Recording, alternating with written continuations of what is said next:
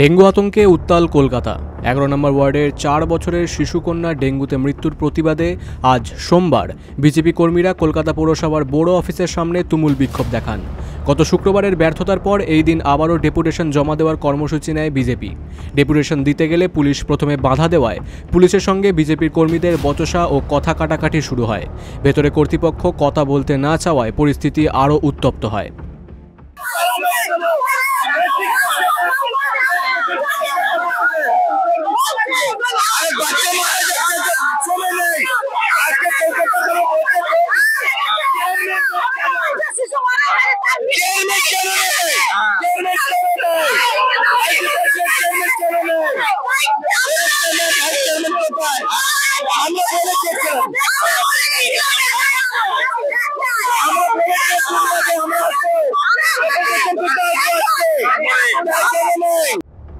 অশান্তির জেরে একসময় উত্তর কলকাতার যুব মোর্চার সভাপতি অন্য গেট দিয়ে প্রবেশ করেন এবং কর্মীরা রাস্তায় বসে প্রতিবাদ জানান।